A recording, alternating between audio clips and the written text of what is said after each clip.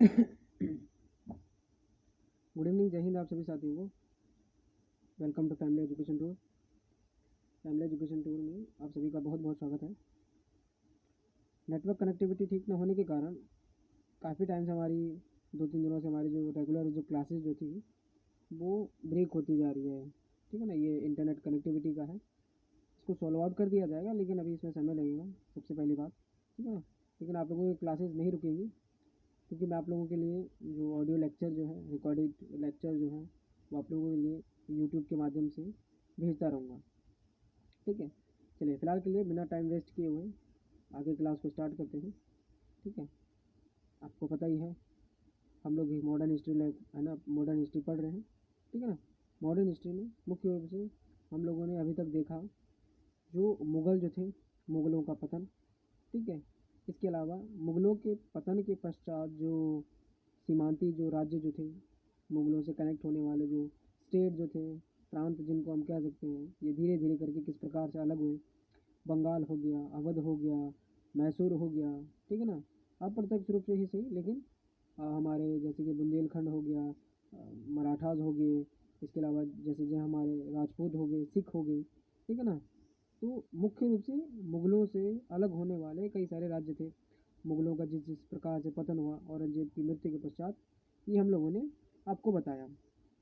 ठीक है, इसके अलावा आप लोगों को बताना चाहेंगे फैमिली एजुकेशन टूर का जो ग्रुप जो है वो मात्र आप ही लोगों के लिए बनाया गया है। ठीक है ना, मुख्य रूप से इसमें डेली करंट अफेयर्स आपको दिए जाते हैं, डेली नोट्स आपको दिए जाते हैं, क्लासेस जो है वो ऑनलाइन ऑफलाइन और यूट्यूब के माध्यम से आप लोगों को दी जाती हैं। इंपॉर्टेंट बुक्स के पीडीएफ आप लोगों को इसमें दिए जाते हैं स्टडी मटेरियल के रूप में। डेली का न्यूज़पेपर आप लोगों को मिलता है इसमें। ठीक है ना, और मुख्य रूप से वो सारी सुविधाएं आपको मिलती हैं जो कि अन्य ग्रुप में नहीं मिलती हैं। एक बार ग्रुप को ज्वाइन करते हुए चलिएगा, क्योंकि देखिए बेटा, इस ग्रुप को जैसे ही आप ज्वाइन करते हैं, सबसे पहली पहली बात, ठीक है ना, ग्रुप को ज्वाइन करने के बाद आपको टोटली हर एक सब्जेक्ट की बुक्स मिलती हैं। चाहे किसी भी एग्ज़ाम की तैयारी कर रहे हो, छोटे से छोटे लेवल का एग्ज़ाम से लेकर बड़े से बड़े एग्ज़ाम लेवल तक की जो बुक्स जो हैं, उनका पीडीएफ जो है, स्टडी मटेरियल जो है, आपको टॉप क्लास में आपको दिया जाता है हमारी टीम के थ्रू। टीम, जैसे कि मैंने आप लोगों को बताया भी है कि नेटवर्क से रिलेटेड जो वर्क जो है वो भी कर रही है, और नेटवर्क का जो इशू रहेगा हमारे द्वारा जल्दी ही सॉल्व आउट हो जाएगा। ठीक है ना, इस चीज़ में आप निश्चिंत रहिए बिल्कुल। अभी हम मुख्य रूप से देखने वाले हैं कि जो भारत में जो यूरोपीय कंपनियां हैं, इसमें से मुख्य रूप से हम एक तो पुर्तगालियों के बारे में देखेंगे, और हमारे जो डच जो थे, इन दोनों के बारे में देखेंगे, क्योंकि क्लास ज़्यादा लंबी हो जाएगी। ठीक है ना, और सेकंड पार्ट आप लोगों के लिए जल्दी लेके आ जाएगा फिर। तो यूरोपीय जो कंपनियां जो थी वो किस प्रकार से भारत में आई, आज हम उनको जानेंगे। और क्या कारण था कि जो पुर्तगाल से, है ना, नीदरलैंड से, जिसको हम हॉलैंड भी कहते हैं, है ना, ब्रिटेन से, फ्रांस से, है ना, ये जो लोग जो थे वो क्यों भारत की तरफ आकर्षित हुए, इंडोनेशिया की तरफ आकर्षित हुए। ठीक है ना, और जो हम कह सकते हैं कि एक नाविक या खोजकर्ता जिसका नाम था वास्को डी गामा, इसके पैर भारत के लिए किस प्रकार क्या हुए, श्रापित हुए, अपशगुनी इसको हम कह सकते हैं। ठीक है ना, बिल्कुल भी इसके पैर जो थे वो भारत के लिए सही नहीं थे, आप सबको पता ही है। अगर वास्को डी गामा भारत में ना आता तो शायद ये यूरोपीय कंपनियां भी अपना इतना विस्तार जो था वो भारत में न करती या न कर पाती। ठीक है ना, मुख्य रूप से यही था बेटा। ठीक है ना, तो चलिए कोई बात नहीं, है ना, पुर्तगाली आए, इतिहास बना, इतिहास रचा, और इस इतिहास से हमें सीखने को मिलता है। काफ़ी सारी चीज़ें हमें इससे सीखने के लिए मिलती हैं। तो यूरोपीय कंपनियों का जो भारत में आगमन है, जो कि मुख्य परीक्षा और जो हमारे प्रारंभिक परीक्षा है, इन दोनों से संबंधित है। ये हमारा विश्व का नक्शा आप लोगों को दिख रहा होगा। ठीक है ना, यहाँ पर हमारा पुर्तगाल भी है, स्पेन भी है, ये सारे के सारे यूरोपीय कंट्रीज़ हैं। यहीं पे आपको फ्रांस देखने के लिए मिलेगा, पुर्तगाल देखने के लिए मिलेगा, स्पेन, फ्रांस, ठीक है ना, नीदरलैंड, हॉलैंड, जितनी सारी जगह जो है वो आप लोगों को यहीं पर ही देखने के लिए मिलेंगी।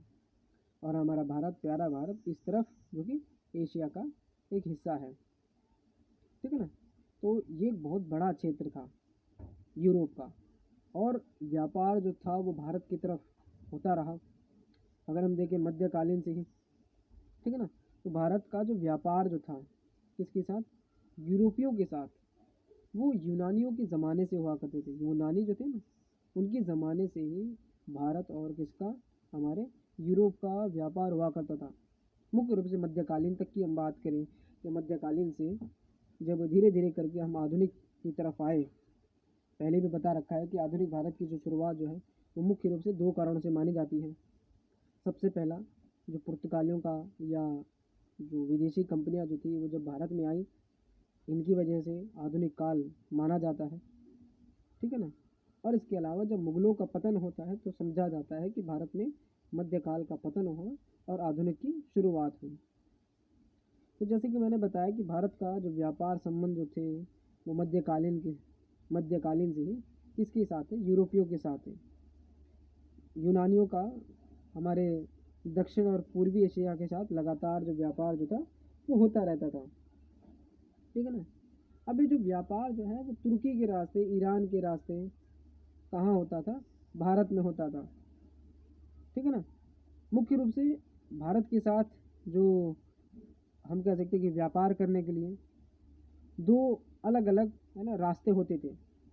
मतलब ये कह सकते हैं कि यूरोप का जो भारत के साथ जो व्यापार होता था वो दो अलग अलग रास्तों से होकर होता था, ठीक है ना। इस मैप को एक बार ध्यान से समझिएगा, ये हमारा भारत है, ये हमारा यूरोप है, ठीक है ना। दो अलग अलग रास्तों से भारत के साथ क्या की जा सकती थी, यात्रा या व्यापार किया जा सकता था भूमि के स्थान पर या भूमि के रास्ते। एक तो हमारा ये लाल सागर जो हमारा यहाँ पर है, और एक हमारे ऊपर फारस की जो खाड़ी जो है, इस रास्ते से क्या होता था, व्यापार हो पाता था। मतलब अगर हम देखें कि यूरोपीय जो थे वो मुख्य रूप से भारत में जो आते थे वो दो रास्ते से आ सकते थे, एक तो फारस की खाड़ी और एक लाल सागर होते हुए वो गुजरात के रास्ते से होते हुए क्या थे, वो भारत आ पाते थे। वही मुख्य रूप से उद्देश्य था उनका, व्यापारी था। उस समय भी भारत और यूरोप का क्या चलता था, व्यापार चलता था बेटा, ठीक है ना। तो हमारे बसीन की हम बात करें, बेसिन की हम बात करें, जेनेवा की हम बात करें, इन सबको समुद्र के साथ ये यूरोपीय और दक्षिण और हमारा जो पूर्वी एशिया जो था वो मिलाता था, ठीक है ना। मुख्य रूप से इसमें फारस का खाड़ी का है ना महत्वपूर्ण योगदान है, अरब सागर का महत्वपूर्ण योगदान है, ठीक है ना। तो ये हमारे वो क्षेत्र थे जहाँ से हमारे यूरोपीय जो थे वो भारतीयों के साथ या दक्षिण और पूर्वी एशिया के साथ व्यापार किया करते थे। अब देखिए इस समय क्या हुआ, यहाँ पर अगर आप एज ए मैप देखें, मैप का अकॉर्डिंग देखें, ठीक है ना, तो यहाँ पर आप लोगों को एक कंट्री दिखती है मतलब तुर्की, ठीक है ना। अभी ये फिलहाल के तुर्की ये हो चुकी है, ठीक है ना। इस क्षेत्र में फारस की खाड़ी भी आप सभी को पता है कि इसी तरफ है, जैसे कि मैंने आपको बताया। तो जब यूरोपीय भारत के साथ इस तरफ से व्यापार करते थे, ठीक है ना, इस तरह से व्यापार करते थे, तो तुर्की और ईरान की हम बात करें, ये दोनों ही क्या करते थे, इसको नकारते थे। ये मुख्य रूप से ये चाहते थे कि अगर यूरोपीय भारतीयों के साथ या एशिया के साथ व्यापार करें तो इसमें हमारा भी लाभ होना चाहिए, ठीक है ना। इन दोनों का क्या था, अपना हित था इसमें। मुख्य रूप से इसी हित का इन्होंने क्या किया, फ़ायदा उठाया। किसने, हमारे ईरान और तुर्की की हम बात करें, इन्होंने क्या किया, इसका ही फ़ायदा उठाया। और तुर्की जो कि अभी तुर्की ये हो चुका है, इसके द्वारा कुस्तुनतुनिया पर क्या कर दिया गया बेटा, अधिकार कर दिया गया। क्या कर दिया गया, कुस्तुनतुनिया पर अधिकार कर दिया गया। इसको हम एक हिसाब से ये भी समझ सकते हैं कि मान के चलिए ये हमारा यूरोप है, ठीक है ना, और ये हमारा एशिया है। इधर अगर हम तुर्की मान के चलो और यहाँ पर एक ऐसा क्षेत्र जिसके माध्यम से भारत के साथ व्यापार किया जा सकता था, तुर्की ने इस पर ही आक्रमण करके इसको अपने कब्जे में ले लिया। कुस्तुनतुनिया उस समय का है ना एक बहुत ही फेमस स्टेट हुआ करता था, ये हम कह सकते हैं कि ऐसा क्षेत्र जिससे यूरोप और एशिया को जोड़ा जा सके। इस्तांबुल अभी उसको जाना जाता है, इस्तांबुल के नाम से उसको अभी जाना जाता है, ठीक है ना। मुख्य रूप से यही वो क्षेत्र था जिसके साथ है ना व्यापार करके या जिस रास्ते से होकर हम इंडोनेशिया भी जा सकते थे। जब कोई भारत आएगा भारत के रास्ते ही तब तो इंडोनेशिया जा पाएगा। लेकिन अब धीरे धीरे करके जो हमारा ये जो तुर्की जो था, तुर्की ने पूरा का पूरा जो रास्ता जो था वो बंद कर दिया। 1453 के करीब करीब की बात है ये, जब मुख्य रूप से कुस्तुनतुनिया पर किसका, हमारे तुर्कियों का है ना अधिकार हो गया। और पूर्वी एवं पश्चिमी देशों के साथ जो संपर्क वाला जो मार्ग जो था उस पर अब किसका नियंत्रण हो गया था, हमारे तुर्की का। अब इससे क्या असर पड़ा, तो हमारा जो यूरोप और एशिया के बीच जो व्यापार का जो एकाधिकार जो था वो क्या हो गया, ख़त्म हो गया। मतलब मुख्य रूप से तुर्की के अधिकार के कारण यूरोप से जो एशिया के साथ जो व्यापार होता था उस पर क्या कर दिया गया, प्रतिबंध लगा दिया गया। प्रतिबंधी हम कह सकते हैं। अगर बाई चांस मान के चलिए कि अगर उत्तर प्रदेश की हम बात करें, ठीक है ना, और उत्तराखंड की हम बात करें, उत्तराखंड से जो हमारी नदी आती है गंगा, यदि हम उत्तराखंड में ही इसको रोक दें तो नीचे की जितने सारे स्टेट हैं इनको गंगा का पानी नहीं मिल पाएगा। ठीक उसी प्रकार से था, यूरोप से जो व्यापारी जो थे, जो कि है ना एशिया के साथ व्यापार करते थे, उस व्यापार के ऊपर क्या कर दिया गया, प्रतिबंध लगा दिया गया, वो रास्ता ही रोक दिया गया। अब जब रास्ता ही रोक दिया गया है ना, मान के चलिए अगर मतलब कोई व्यापारी जो है पुर्तगाल का या स्पेन का, अगर जो इस्तांबुल होते हुए या कुस्तुनतुनिया होते हुए एशिया की तरफ आ रहा था तो तुर्की वालों ने उसको रोक दिया। ठीक है ना, उसके ऊपर से टैक्स लगाए गए बहुत बड़े बड़े। ठीक है ना, टैक्स न लगाने पर या टैक्स न देने पर सामान को जब्त कर दिया जाता था। समस्याएं बहुत ज़्यादा थी। तब उस समय जो सबसे है ना पावरफुल जो कंट्रियाँ जो थी, जिसमें से पुर्तगाल था, स्पेन था, ये क्या थे, अब एक ऐसी जंग के लिए तैयार होने लगे थे जो कि अब व्यापार की जंग थी।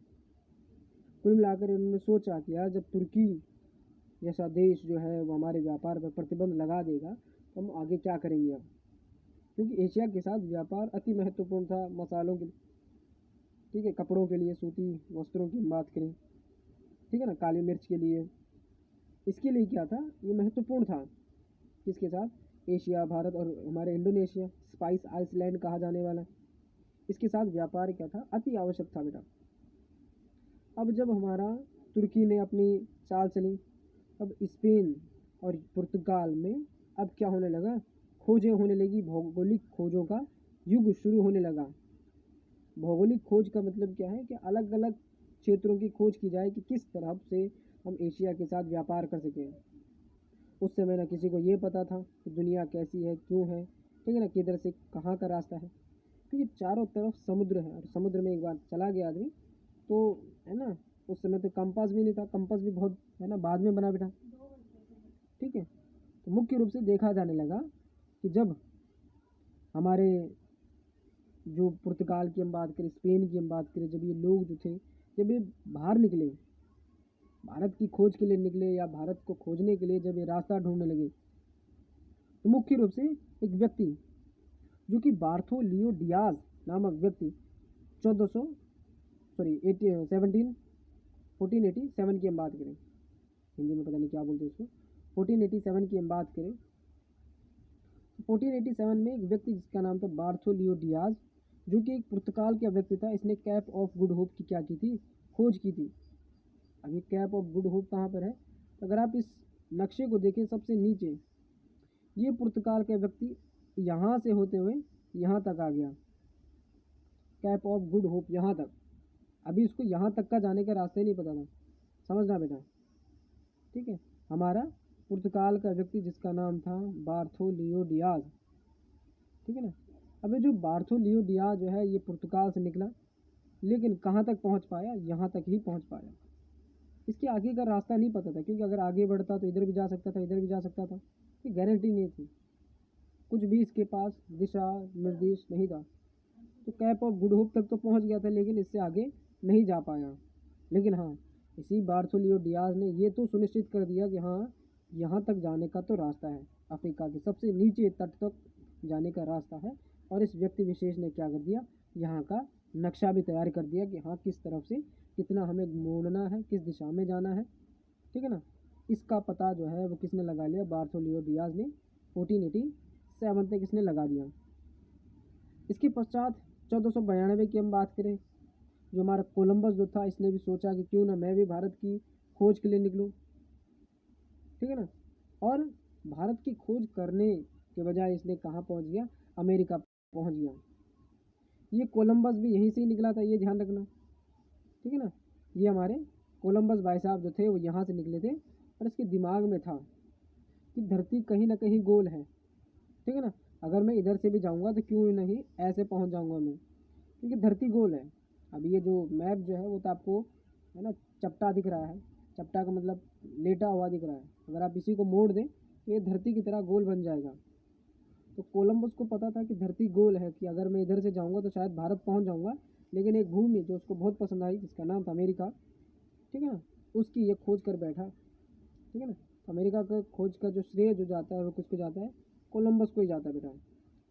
तो कोलंबस भी जो था वो भारत की खोज के लिए निकला था 1492 में, 1492 की हम बात करें, लेकिन वो अमेरिका पहुंच गया। इसके पश्चात 1498 की हम बात करें, जो कि हमारे फेवरेट, ठीक है ना, जो कि हमारे पुर्तगाली वास्को डी गामा जो था वो कैप ऑफ गुड होप के रास्ते हुए कहाँ पहुंचा? भारत पहुंच गया। कैप ऑफ गुड होप तक तो उसको पता था, क्योंकि बार्थोलियो डियाज भी वहाँ पर गया था, ठीक है ना। बार्थोलियो डियाज ने उसको बताया था कि हाँ वहाँ तक तो मैं गया, लेकिन उसके आगे मेरे को कोई जानकारी नहीं मिली। लेकिन जब हमारा पुर्तगाली जिसका नाम था क्या?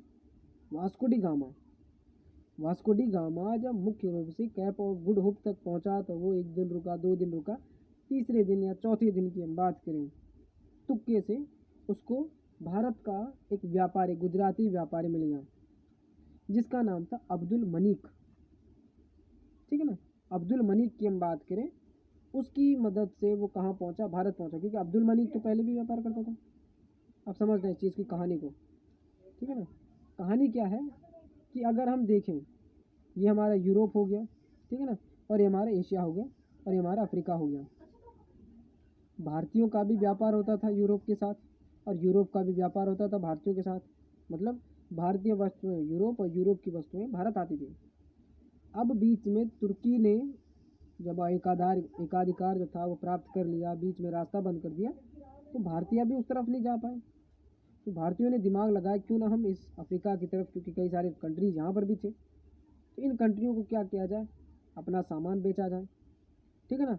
यहाँ से हमारा पुर्तगाली जो था वो भी आ गया, वास्को डी गामा यहाँ तक, और इधर से गुजराती व्यापारी भी जो थे अपने जहाज़ों को लेकर यहाँ आए थे, ठीक है ना।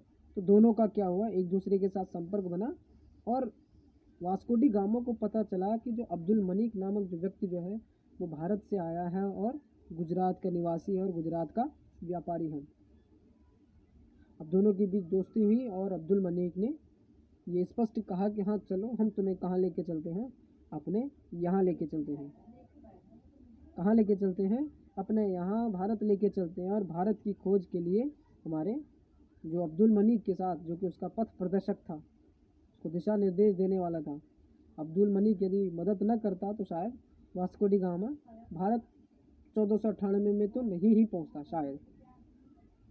15वीं शताब्दी के दौरान उस समय जहाज़ निर्माण भी हो ही चुके थे बहुत बेहतरीन तरीके से, इसलिए वो समुद्र यात्रा भी कर पा रहे थे, ठीक है। इस ग्राफ को एक बार देख लीजिए, जो कि भारत में पुर्तगाली या जो डच आए, अंग्रेज आए, डेनिश आए, फ्रांसीसी या स्पेनिश की हम बात करें, इस प्रकार से आए। पुर्तगाली जो थे वो 1498 में आए, जिन्होंने सबसे पहली फैक्ट्री जो थी वो कोचीन में खोली थी, जो कि 1503 के दौरान उन्होंने खोली थी। इसके पश्चात डच 1602 में आए थे, जिन्होंने सबसे पहली फैक्ट्री जो थी वो मछलीपट्टनम में खोली थी, ठीक है ना, जो कि 1605 के दौरान इन्होंने खोली थी। अंग्रेज 1600 में भारत में आए, सूरत में उन्होंने पहली फैक्ट्री खोली, और कब खोली? 1608 के दौरान उन्होंने क्या खोली थी? भारत में अपनी पहली फैक्ट्री खोली थी सूरत में। डेनिश जो कि 1616 में आए थे, ट्रांसकोबार की हम बात करें, यहाँ पर उन्होंने अपनी पहली फैक्ट्री खोली 1620 के दौरान। फ्रांसीसी सूरत में आए, ठीक है ना। और इसी प्रकार से स्वीडिश जो थे वो 1731 की हम बात करें, 1731 की हम बात करें, ये कहाँ है? भारत में आए और अपनी कंपनी को स्थापित किए। अब जब 1453 की यदि हम बात करें, 1453 में जब कुस्तुनतुनिया पर हमारे तुर्की का आक्रमण हो गया, अधिकार हो गया, तो जैसे मैंने बताया कि भौगोलिक खोजों का युग शुरू हो गया, लोग खोज के लिए निकलने लगे। जानकारी के लिए आपको बता दें कि जैसे मैंने बताया बार्थोलियो डियाज ने क्या कर दिया? हमारे कैप ऑफ गुड होप की खोज कर दी, उसने नक्शा भी बना दिया। बताओ, धीरे धीरे करके वहाँ पर पुनर्जागरण की शुरुआत होने लगी और एक से एक आविष्कार जो थे वो हमारे 1453 के बाद शुरू होने लगे। इन आविष्कारों में मुख्य रूप से कंपास का है ना आविष्कार भी था। मुख्य रूप से इसी बीच कंपास का भी क्या हुआ था बेटा, आविष्कार हुआ था, जिसके ज़रिए लोगों को पता चला था कि हाँ किस दिशा की तरफ हमें जाना है, उत्तर दिशा, दक्षिण दिशा, पूर्व दिशा, पश्चिम दिशा। वो इस प्रकार से एक कंपास होता है, आपके मोबाइल में भी होगा, ठीक है ना, इस तरह से रहता है। वो दिशाएं दिखाता है, नॉर्थ साउथ ईस्ट वेस्ट सब आपको दिशाएं दिखाता है, ठीक है ना। धीरे धीरे करके शासकों को क्या मिला, प्रोत्साहन मिला। शासकों ने कहा कि जब तुम लोग ढूंढने के लिए जा सकते हो तो हम भी तुम्हें क्या करेंगे, प्रोत्साहित करेंगे, जाओ एक दूसरे के साथ व्यापार करो, दूसरे देशों के साथ संपर्क बनाओ। धीरे धीरे करके धार्मिक प्रचार भी इनका होने लगा। अब देखिए अन्य कंपनियां या अन्य देश के लोग किसी दूसरे देश में जाएंगे, अपना धर्म फैलाएंगे। जैसे कि पुर्तगाली मुख्य रूप से ईसाई धर्म को प्रोत्साहित करने के लिए भारत में आए थे अधिकांश। हालांकि व्यापार भी उनका एक उद्देश्य था। मैंने जैसे बताया कि कैप ऑफ गुड होप की भी क्या हो गई थी, खोज हो गई थी। और हेनरी द नेविगेटर जिन्होंने क्या बनाया था, कंपास का आविष्कार किया था। मुख्य रूप से उस ज़माने में उन्होंने क्या कर दिया था, हमारे अफ्रीका तक का जाने का जो नक्शा जो था वो भी तैयार कर दिया था। मेमलिन नामक एक व्यक्ति जो कि पूरी विश्व की परिक्रमा करने वाले प्रथम व्यक्ति थे। मेमलिन पहले व्यक्ति थे जिन्होंने पूरे विश्व की परिक्रमा की थी, मतलब पूरा विश्व घूमा था उन्होंने जहाज में, ठीक है ना। और जैसे मैंने बताया हेनरी द नेविगेटर एक नाविक था ये, इसने क्या की थी, हमारे अफ्रीका का पूरा नक्शा तैयार किया था। जो हमारा ये जो अफ्रीका है उसका क्या किया था, इस व्यक्ति विशेष के द्वारा ये वाला जो अफ्रीका जो है ये सारा का सारा इसके द्वारा नक्शा बनाया गया। ये हमारा यूरोप है, ये एशिया है, आप सभी को पता है यार इतना तो। हेनरी द नेविगेटर बार्थोलियो डियाज ने यहाँ तक जाने का रास्ता तो ढूंढ लिया था, लेकिन उसके बाद का जो रास्ता जो था वो किसने ढूंढा, हमारे पुर्तगाली हमारा वास्को डी गामा।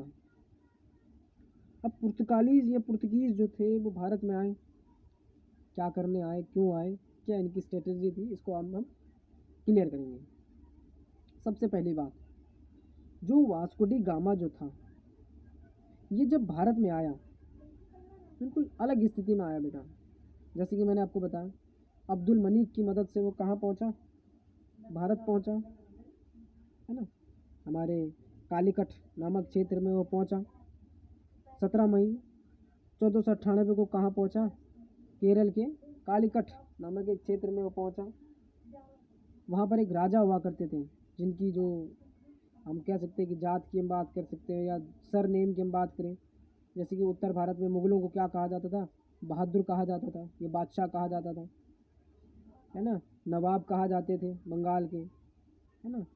राजपूत कहे जाते हैं हमारे राजस्थान साइड के। ठीक वैसे ही जो ये केरल में जो कालीकट के जो राजा हुआ करते थे इनके पीछे जो नाम लगते थे वो जमोरीन लगते थे, ठीक है ना। तो अब्दुल मनीक की मदद से ये कहाँ पहुँचा, दक्षिण भारत के केरल में पहुँचा, केरल के तट तक पहुँचा 17 मई को।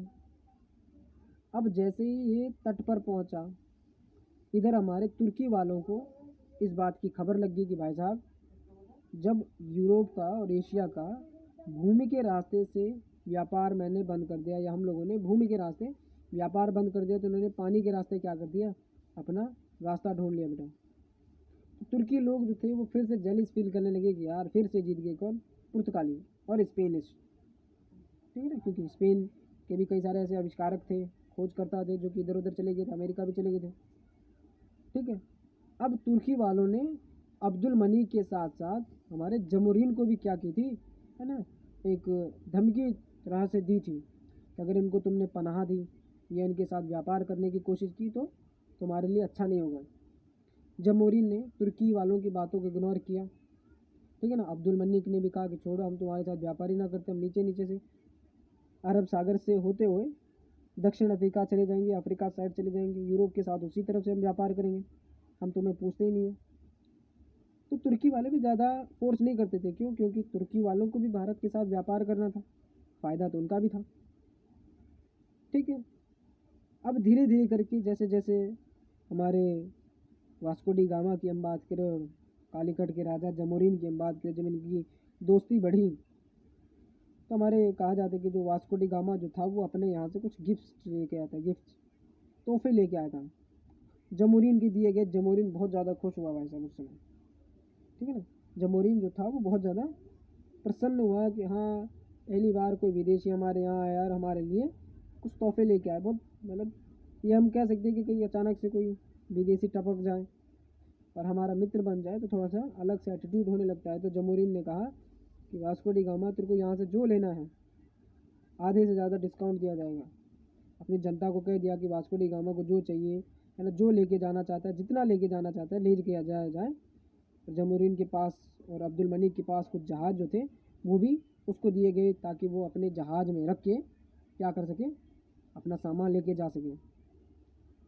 कहा जाता है बेटा, एक फैक्ट है कि जब वास्को डी गामा यहाँ से वापस पुर्तगाल गया, वहाँ पर अगर भारत से वो 1 रुपये का सामान लेके गया होगा तो उसने पुर्तगाल में जाके 60 रुपये के वो बेचे। 60% का उसने क्या किया, अपना प्रॉफिट किया बेटा, 60% का। 1 रुपये की चीज़ 60 रुपये में, बताओ, ठीक है ना। तो इतना जो है ना प्रॉफिट जो था उसने कमाया, क्योंकि कुछ ऐसी चीज़ें जो यूनिक चीज़ें जो थी वो पुर्तगालियों ने देखी, है ना, यूरोप के लोगों ने देखी, और यूरोप की कुछ चीज़ें जो थी जिनसे प्रभावित होकर हमारे जमोरिन ने हमारे किसको, वास्को डी गामा को भारत में शरण दी।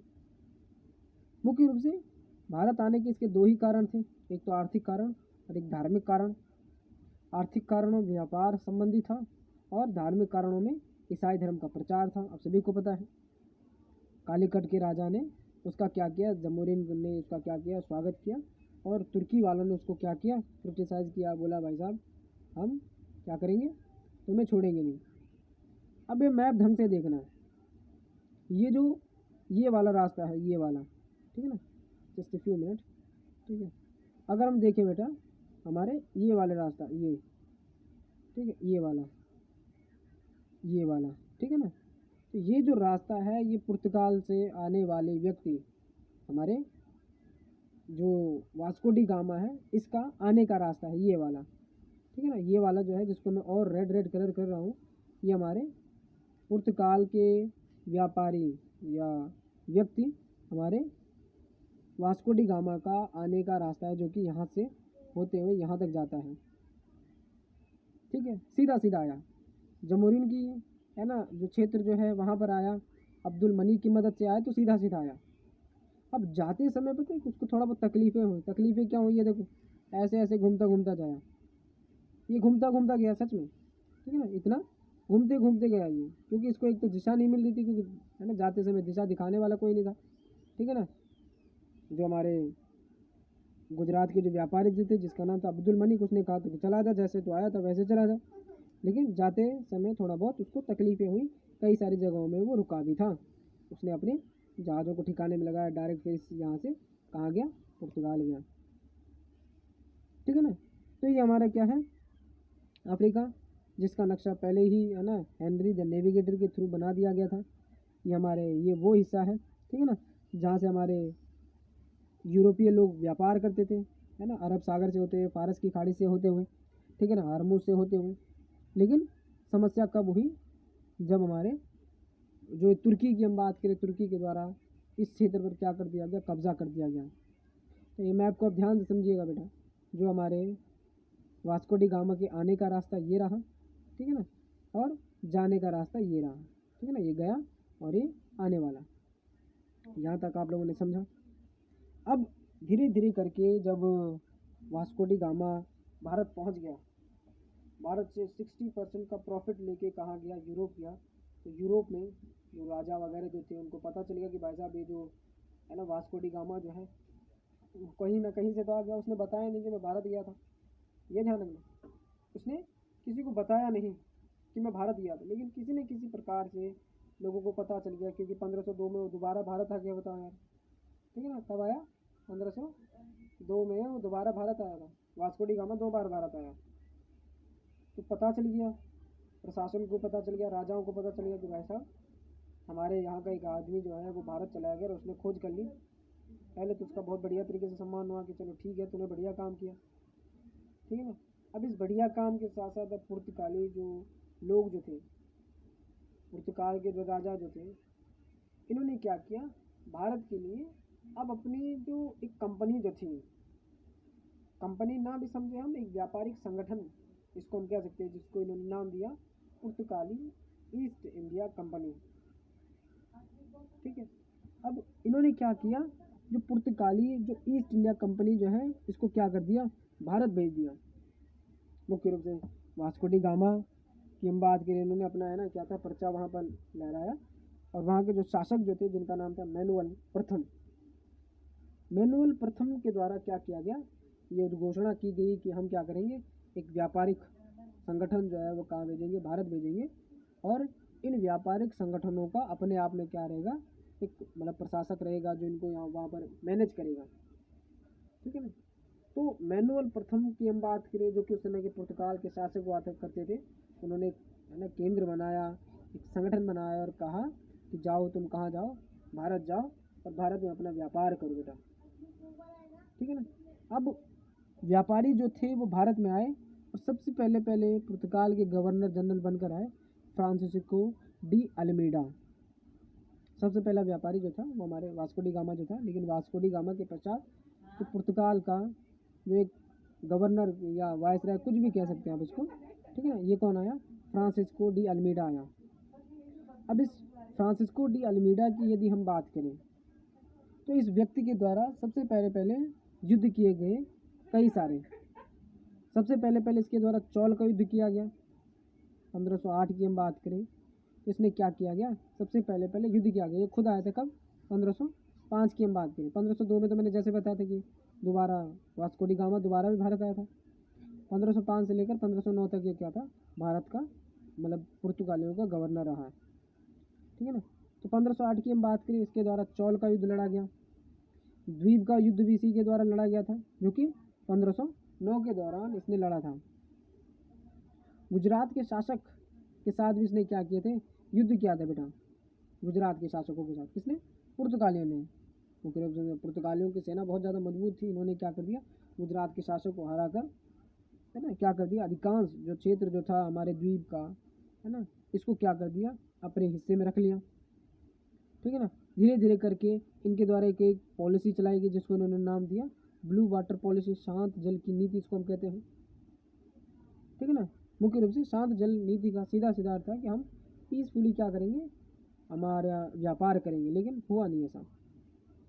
मुख्य रूप से इन्होंने क्या किया, मुस्लिमों की एक संयुक्त सेना बनाई और मुस्लिमों को अधिकांश रूप से क्या किया, भर्ती किया। पुर्तगाल से ये सारों को थोड़ी लेके आ सकते थे, सेना तो उनको भारत में ही बनानी थी। ठीक है ना, क्योंकि व्यापार भी भारत के साथ करना था। ठीक है ना। तो इन्होंने क्या किया, भारतीयों को ही अपनी सेना में ज्वाइन किया, और उसमें लोगों के पास अपॉर्चुनिटी भी थी। मुगल सत्ता धीरे धीरे है ना आने वाले समय में ख़त्म होने लगी थी, लेकिन दक्षिण भारत के लोगों के पास अपॉर्चुनिटी नहीं थी। ठीक है। तो मुगल सत्ता तो उत्तर भारत में थी। ठीक है ना। अपने प्रचार प्रसार था नहीं। अभी पता ही है आप लोगों को कि मुगल सत्ता है नहीं अभी उत्तर भारत में, और आने वाले समय में वो रहेगी भी नहीं। अभी तो 1505 चल रहा है। जैसे को पता है कि जब पानीपत का युद्ध होता है, उसके बाद ही मुगल सत्ता जो थी वो भारत में स्थापित हुई, लेकिन उससे पहले ही यूरोपीय जो थे अपना प्रचार प्रसार जो था वो भारत में करने लगे। तो कोई भी अपॉर्चुनिटी न होने की वजह से भारतीयों ने क्या किया, पुर्तगालियों की सेना में ज्वाइन होना सही समझा। मुख्य रूप से मुस्लिमों की एक संयुक्त सेना बनाई, और इन मुस्लिमों को क्या किया, ईसाई धर्म की तरफ आकर्षण इनका होने लगा। इसके पश्चात जो हमारे फ्रांसिस्को डी अल्मीडा के पश्चात फ्रांसिस्को डी अल्ब्रुक नामक एक व्यक्ति जो था, जो कि 1509 से लेकर और 1515 तक भारत का क्या रखा, पुर्तगालियों का गवर्नर रहा। ये मुख्य रूप से वास्तविक संस्थापक भी माना जाता है यहाँ का। हमारे जो ये फ्रांसिस्को डी अल्ब्रुक की हम बात करें, ये मुख्य रूप से पुर्तगालियों का क्या माना जाता है, वास्तविक संस्थापक माना जाता है। इसने मुख्य रूप से कोचीन पर अधिकार करके उसको अपना मुख्यालय बनाया भाई साहब। बीजापुर का एक सुल्तान था, ये एक व्यक्ति था, राजा था, जिसका नाम था आदिल शाह। उसके साथ युद्ध करके इसने गोवा पर अधिकार किया था। 1510 की हम बात करें, आदिल शाह था वहाँ पे। उसके साथ युद्ध करके इसने क्या किया, गोवा पर अधिकार किया। मलक्का पर इसने 1511 के दौरान क्या किया, अधिकार किया और 1515 के दौरान हारमूज पर भी क्या कर दिया गया, कब्जा कर दिया गया। ठीक है ना, मैप के माध्यम से समझे तो ये रहा हमारा पूरा का पूरा। हारमूज की हम बात करें, मलक्का की हम बात करें, इसके अलावा जो गोवा यहाँ पर छोटा सा क्षेत्र है, इन सभी क्षेत्रों पर क्या किया गया, इसके द्वारा कब्जा किया गया बेटा 1515 तक। मुख्य रूप से अलब्रुक ही वो व्यक्ति था जिसने भारत में क्या किया था, सती प्रथा की हम बात करें, इस पर प्रतिबंध लगाया था। ठीक है ना, अपने क्षेत्रों में जितने सारे लोग जो थे, अपने सैनिक वगैरह जो थे, इनको कहा कि तुम भारतीय महिलाओं के साथ शादी करो और जो बच्चे होंगे वो भी क्या होंगे, पुर्तगाली होंगे मुख्य रूप से। कुल मिलाकर हमारी ही जो पॉपुलेशन जो थी वो बढ़ेगी। तो पुर्तगाली जो सैनिक जो थे, इनको कहा गया भारतीय महिलाओं के साथ शादी करने के लिए, ताकि जो आने वाली जो संतान जो है वो क्या हो, पुर्तगाली ही हो।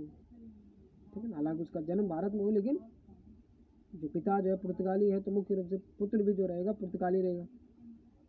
ठीक है ना, तो मुख्य रूप से ये जो हमारे फ्रांसिस्को या अल्फांसो डी अलब्रुक की हम बात करें, इसके द्वारा क्या किया गया था, एक वास्तविक संस्थापक के रूप में इसको जाना जाता है। मलक्का पर इसने कब्जा किया, हारमूज पर कब्जा किया 1515 के दौरान, और एक सफल पुर्तगालियों की क्या बनाई, फौज बनाई बेटा इसने। ठीक है ना, कई सारी महाशक्तियों को इसने क्या किया था, भारत की उस समय परास्त किया था बेटा इसने। इस महान व्यक्तित्व के पश्चात पुर्तगालियों का तीसरा जो गवर्नर बन के आया वो कौन था, नीनू डी कुनहा था, जो कि मुख्य रूप से 1529 के दौरान भारत में आया था और 1538 तक इसने क्या किया था, भारत में शासन किया था। और इसी बीच अब मुगल सत्ता भी भारत में स्थापित हो चुकी थी 1526 के दौरान, आप सभी को पता है। लेकिन मुगल सत्ता उत्तर भारत में और इनकी सत्ता दक्षिण भारत में क्या थी, स्थापित होने लगी थी। अब इस नीनू डी कुनहा ने क्या किया, इस नीनू डी कुनहा ने मुख्य रूप से क्या किया, जो कोचीन जो कि कैपिटल बनाई गई थी, उसकी जगह गोवा को इसने क्या कर दिया, अपनी कैपिटल बना दी। मद्रास की हम बात करें और बंगाल के हुगली की हम बात करें, यहाँ पर इसने क्या कर दिया, अपनी जो बस्तियाँ जो थी वो बसाना शुरू कर दिया। सेंट होम की हम बात करें मद्रास की, और हुगली पर इसने क्या कर दिया, अपनी बस्तियाँ बनाना शुरू कर दिया। अर्थात दक्षिण भारत से अब ये पूर्वी भारत की तरफ भी अपना प्रचार प्रसार, और दक्षिण और पूर्वी हिस्से पर भी मद्रास का जो साइड जो था, इसने वहाँ पर कब्जा करके बस्तियाँ बनाना शुरू कर दिया। 1534 के करीब करीब इसने बेसिन पर, इसके अलावा 1535 में इसने क्या कर दिया, द्वीप पर भी पूरी तरीके से विजय प्राप्त कर ली हमारे नीनू डी कुनहा ने। ठीक है ना, कई सारे समुद्र तट की हम बात करें, वहाँ पर भी इसने कब्जा कर लिया था। कई सारे है ना क्षेत्र जो थे, मुख्य रूप से गुजरात के शासक के साथ इसने क्या की थी, बस बेसिन को लेकर क्या किया था, है ना, समझौता किया था।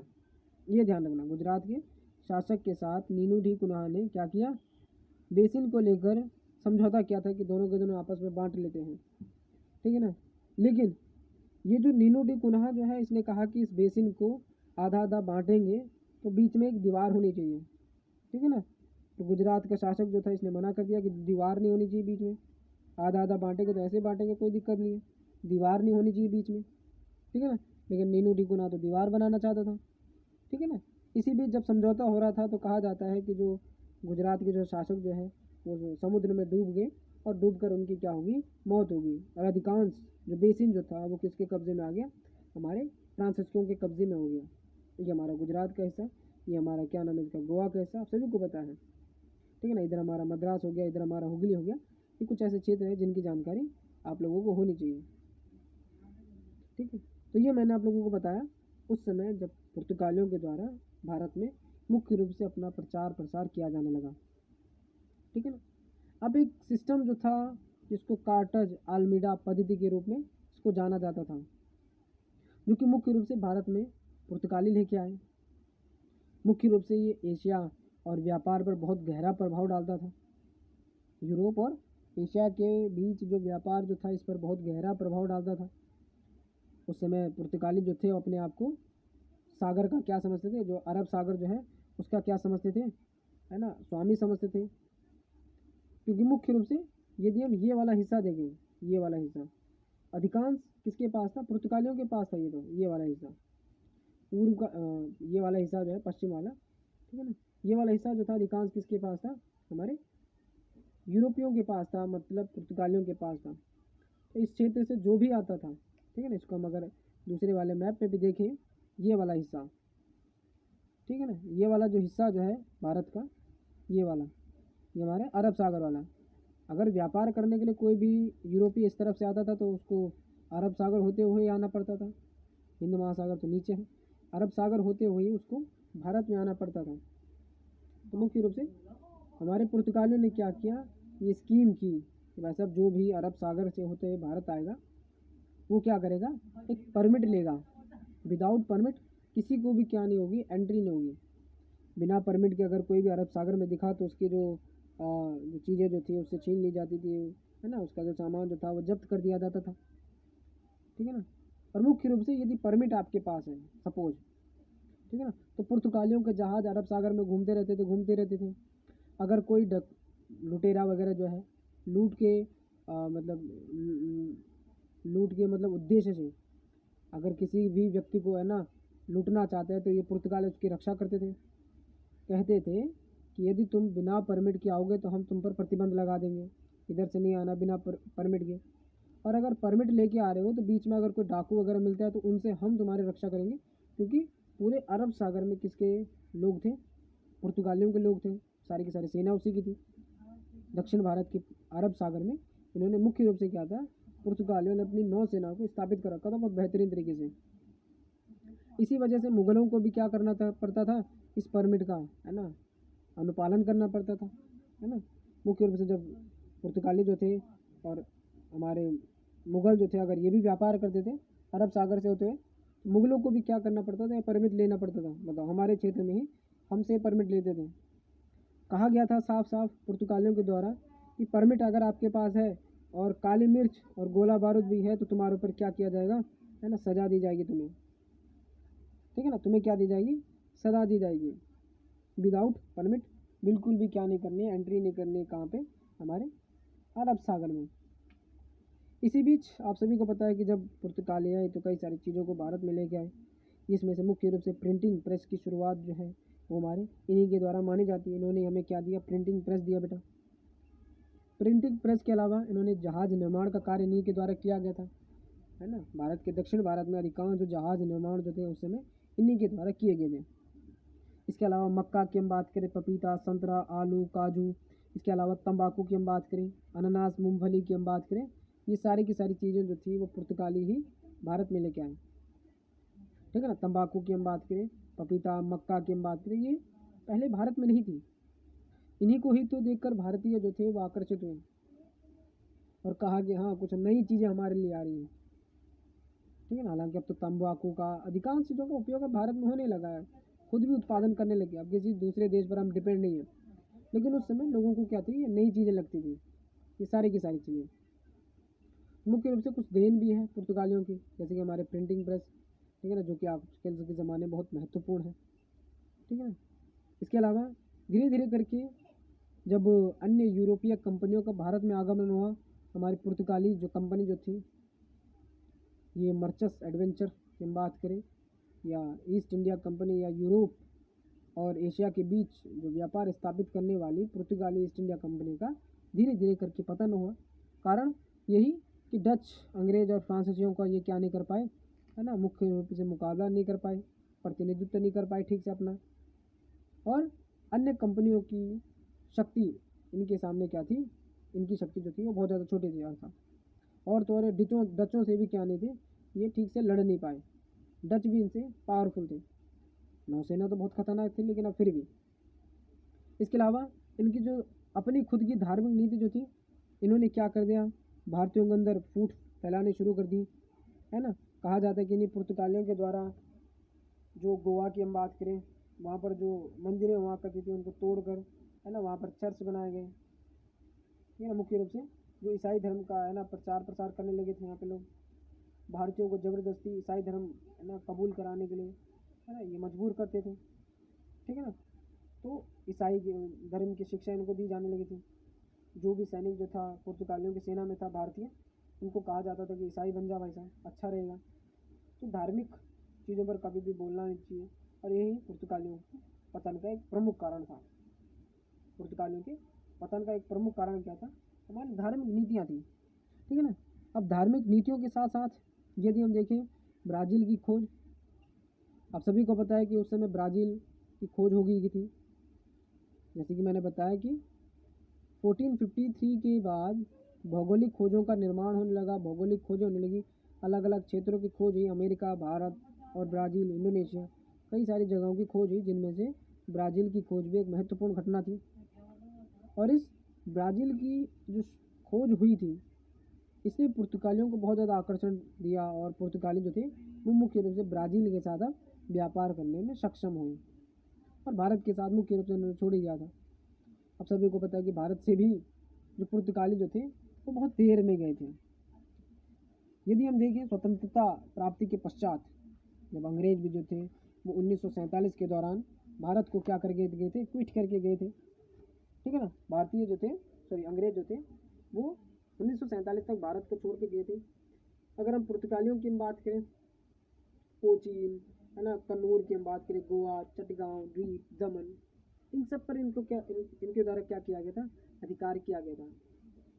1961 की हम बात करें, ठीक है ना, 1961 की हम बात करें, 1961 के दौरान हमारे जो गोवा की हम बात करें, दमन और दादर द्वीप नगर हवेली की हम बात करें, इन सबको छोड़कर क्या था, हमारे पुर्तगाली गए थे। 1961 की हम बात करें, ये भी बता दें आपको कि 12वें संविधान संशोधन के द्वारा इनको भारत में ऐड किया गया। इसके अलावा जो हमारा गोवा जो था वो 1987 की हम बात करें, 1987, ठीक है ना, 1987 में ये 25वां राज्य बना भारत का। गोवा जो था 25वां राज्य बना, जो कि उस समय तक पुर्तगालियों का अधीन था। बेटा एक मिशन चलाए गए थे ताकि पुर्तगाली जो थे वो भारत से क्या हो सके, जा सके। अधिकांश हिस्सा इनका हमारे पास ही था, बताओ, ठीक है ना। तो मैनुअल प्रथम के द्वारा जो कंपनी जिसका नाम था पुर्तगाली ईस्ट इंडिया कंपनी, उसको भारत भेजा गया। बहुत बेहतरीन तरीके से क्या था, इसका भारत में प्रचार प्रसार हुआ।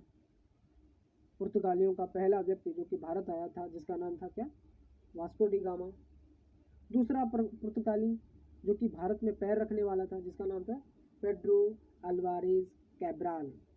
ये ध्यान रखना बेटा, कई बार क्वेश्चन पूछा जाता है पहले और दूसरे के बारे में, ठीक है ना। भारत आने वाला पहला पुर्तगाली वास्को डी गामा, दूसरा पुर्तगाली पेड्रो अल्वारेज कैब्राल, जो कि मुख्य रूप से 1500 के दौरान भारत आया था। ये भारत आने वाला दूसरा पुर्तगाली था। ये भारत आने वाला बेटा दूसरा पुर्तगाली था, ठीक है। पुर्तगालियों का यहाँ पर चैप्टर समाप्त हुआ, मतलब हालांकि ये व्यापार तो करते रहे लेकिन वर्चस्व अपने आप में ही यहाँ पर ख़त्म हो जाता है, ठीक है। अब उस समय धीरे धीरे करके एक और कंपनी जिसका नाम था डच ईस्ट इंडिया कंपनी, ये भी अपने आप को भारत के साथ व्यापार करने के लिए सक्षम ठहराती थी। कौन, हमारी डच ईस्ट इंडिया कंपनी बेटा। ये डच ईस्ट इंडिया कंपनी मुख्य रूप से ज़्यादा दिनों तक टिकी नहीं। मुख्य रूप से इसने जो युद्ध किया वो वेदरा का युद्ध किया, किसके साथ, अंग्रेजों के साथ। 1759 की हम बात करें, 1759 में वेदरा का युद्ध इसने लड़ा था, वेदरा, ठीक है ना। वेदरा का युद्ध लड़ने के पश्चात भारत में इसका भी वर्चस्व जो था वो समाप्त हो गया और अंग्रेजों का वर्चस्व जो था वो धीरे धीरे करके आगे बढ़ने लगा। फिलहाल के लिए वर्चस्व समाप्त होने से पहले इसने अपना वर्चस्व कैसे बढ़ाया इसके बारे में जान लीजिए। यदि हम देखें हमारी डच ईस्ट इंडिया कंपनी, तो इसका मुख्य रूप से जो पूरा नाम जो था United East India Company of Netherland था। इसको मुख्य रूप से डच न कहकर अगर हम हॉलैंड निवासी भी कह सकते हैं, नीदरलैंड निवासी भी कह सकते हैं, क्योंकि डच तो एक कंपनी थी, मतलब इसकी हम कह सकते हैं डच कहाँ से आए थे, हॉलैंड या नीदरलैंड से आए थे, ये दोनों एक ही जगह है, ठीक है ना। मुख्य रूप से United East India Company of Netherland नामक क्या थी, एक कंपनी की स्थापना हुई। उस समय के जो राजा महाराजा थे, सरकार मान के चलिए, सरकार मान के चलिए, क्योंकि एक सरकारी कंपनी थी, गवर्नमेंट कंपनी थी। तो उस समय की सरकार ने क्या किया, एक ग्रुप भारत भेजा। मुख्य रूप से 1595 से लेकर 1596 के बीच भारत में क्या किया गया, डचों का एक समूह जो था वो भारत भेजा गया। मुख्य रूप से एक गवर्नमेंट कंपनी जो थी ये चल रही थी 65 लाख के करीब करीब इसके पास उस समय पैसे थे, जिसकी वजह से ये भारत में अपना व्यापार करना चाहती थी। ठीक है ना, व्यापार करना चाहती थी, बहुत अच्छी बात है। मुख्य रूप से वहाँ पर जो उनकी जो सरकारें जो थी, उन्होंने कहा था कि तुम 21 वर्षों तक क्या कर सकते हो, पूर्व या भारत के साथ व्यापार कर सकते हो। इसमें हमारा इंडोनेशिया भी आता था। ठीक है ना, तो इस समय जब इनको भारत भेजा गया, ये मुख्य रूप से 1602 के करीब करीब भारत में हमारी डच ईस्ट इंडिया कंपनी का क्या हुआ बेटा, भारत में आगमन हुआ। डच ईस्ट इंडिया कंपनी जैसे ही भारत में आई तो इन्होंने पहली फैक्ट्री जो थी वो मछलीपट्टनम में 1605 के दौरान खोली थी बेटा। ठीक है ना, 1605 के दौरान क्या थी, इन्होंने अपनी पहली फैक्ट्री को खोला गया बेटा। अब एक सरकारी कंपनी थी, तो इसका सारा का सारा जो नियंत्रण जो था वो सरकार के हाथों में था। ठीक है ना, तो पहली फैक्ट्री जो थी वो कहाँ पे खोली गई, मछलीपट्टनम में खोली गई। और कब खोली गई, 1605 के दौरान खोली गई बेटा। इसके अलावा इन्होंने 1610 में पुलिकट की हम बात करें, यहाँ पर इन्होंने अपनी फैक्ट्री खोली। पैगोडा की हम बात करें, यहाँ पर इन्होंने, है ना, एक सोने के जो सिक्के जो थे पुलिकट में छापे, पैगोडा उसको कहा जाता था उस समय के जो डचों के द्वारा जो पैगोडा नामक सोने के सिक्के छापे गए थे। कहाँ पे छापे गए थे, पुलिकट नामक क्षेत्र में। 1616 में इन्होंने सूरत में, इसके अलावा कई सारी और जगहें जिसमें से पटना हो गया, बिहार हो गया, इसके अलावा हमारा हम कह सकते हैं नेगापट्टनम की हम बात करें, कासिम बाजार की हम बात करें।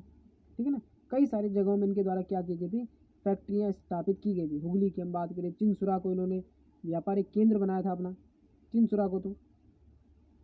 ठीक है, इसके अलावा पिपली की हम बात करें, यहाँ पर भी इनके द्वारा क्या किए गए थे, अपना व्यापारिक जो कोठियाँ जो थी इनके द्वारा खोली गई थी। वेमिलीपट्टनम की हम बात करें, यहाँ पर इनका बहुत बड़ा एक कारखाना था जो कि 1641 के दौरान इनके द्वारा खोला गया था बेटा।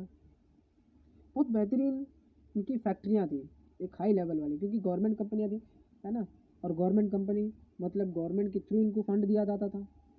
21 वर्षों के लिए भारत आई थी, ये ध्यान रखना बेटा। और अधिकांश जगहों में इन्होंने क्या कर लिए थे, अपनी व्यापारिक कोठियाँ जो थी उत्तर से लेकर दक्षिण भारत, सूरत की हम बात करें, ठीक है ना, इसके अलावा मछलीपट्टनम की हम बात करें, बड़ौच की हम बात करें, है ना, इसके अलावा हुगली की हम बात करें, चिनसुरा की हम बात करें, ये मुख्य बंगाल का क्षेत्र है। इन जगहों पर क्या कर लिया था, इनके द्वारा अपना अधिकार कर लिया गया था बहुत बेहतरीन तरीके से।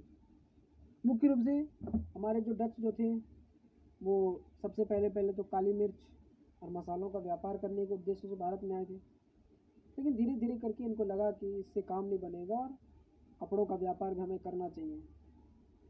धीरे धीरे करके जब वे भारत में आए तो इनको पता चला कि स्पाइस आइसलैंड कहा जाने वाला एक क्षेत्र जिसका नाम है इंडोनेशिया, वो भी बहुत अच्छा है। ठीक है ना, तो इंडोनेशिया और हमारे भारत और डचों का क्या होने लगा, व्यापार मुख्य रूप से और तेज़ी से बढ़ने लगा। सभी को पता है कि 1600 के दौरान हमारी एक और कंपनी जिसका नाम था British east India company, the merchants of east India company, इसको हम कह सकते हैं। ठीक है, तो ये जो ईस्ट इंडिया कंपनी जो थी, जो कि ब्रिटेन से आने वाली थी, 1600 में इसकी भी एंट्री हो चुकी थी। अब डचों का और अंग्रेज़ों की बनी नहीं। ठीक है ना, इनके बीच एक समझौता हुआ था मुख्य रूप से वेदरा के युद्ध के पश्चात। वेदरा का युद्ध जैसे कि मैंने बताया 1759 के करीब करीब हुआ था। इसके बारे में आगे और आसानी से पढ़ेंगे जब अंग्रेज़ों का प्रचार प्रसार हम देखेंगे। जब अंग्रेज सबको हटा देते हैं, पुर्तगालियों को, फ्रांसीसियों को, डचों को, स्पेनिशों को, सबको हटा देते हैं। धीरे धीरे करके आगे पढ़ेंगे। तो 1759 के दौरान वेदरे की युद्ध के पश्चात डचों की जो स्थिति जो थी वो भारत में बिल्कुल समाप्त होगी और अंग्रेज़ों और डचों के बीच ये समझौता हुआ कि अंग्रेज़ भारत के साथ और डच जो है वो इंडोनेशिया के साथ क्या करेंगे, व्यापार करेंगे। वैसे भी कई सारे इतिहासकार ये भी कहते हैं कि डचों का मुख्य रूप से जो उद्देश्य जो था वो किसके साथ, हमारे इंडोनेशिया के साथ व्यापार करने से था। ठीक है ना, डचों का जो मुख्य रूप से जो व्यापार करने का जो उद्देश्य जो था वो किसके साथ था, हमारे इंडोनेशिया के साथ था। वो भारत के साथ मुख्य रूप से ज़्यादा व्यापार करते भी नहीं थे या करना भी नहीं चाहते थे। ठीक है ना, एक सरकारी कंपनी होने के कारण ही हमारे पुर्तगाली के बाद आने वाली जो डच ईस्ट इंडिया कंपनी जो था उसका पतन हुआ। कारण वही कि डच जो सरकार जो थी, नीदरलैंड की जो सरकार जो थी, वो इस कंपनी के ऊपर ज़्यादा दबाव डालती थी, बहुत ज़्यादा पैसा मांगती थी, है ना, कर्ज वगैरह चुका नहीं पाती थी डच ईस्ट इंडिया कंपनी। इसलिए इसका पूरा जो नियंत्रण जो था वो समाप्त होने लगा और मुख्य रूप से पतन होने लगा। इसके अलावा हमारी इंडोनेशिया की हम बात करें, उसका आकर्षण जो था वो डचों के भारत में पतन का एक कारण था। अंग्रेज़ों का मुख्य रूप से मुकाबला नहीं कर पाए और वेदरा के युद्ध के पश्चात इनका क्या हो गया, भारत में मुख्य रूप से वर्चस्व जो था वो समाप्त हो गया।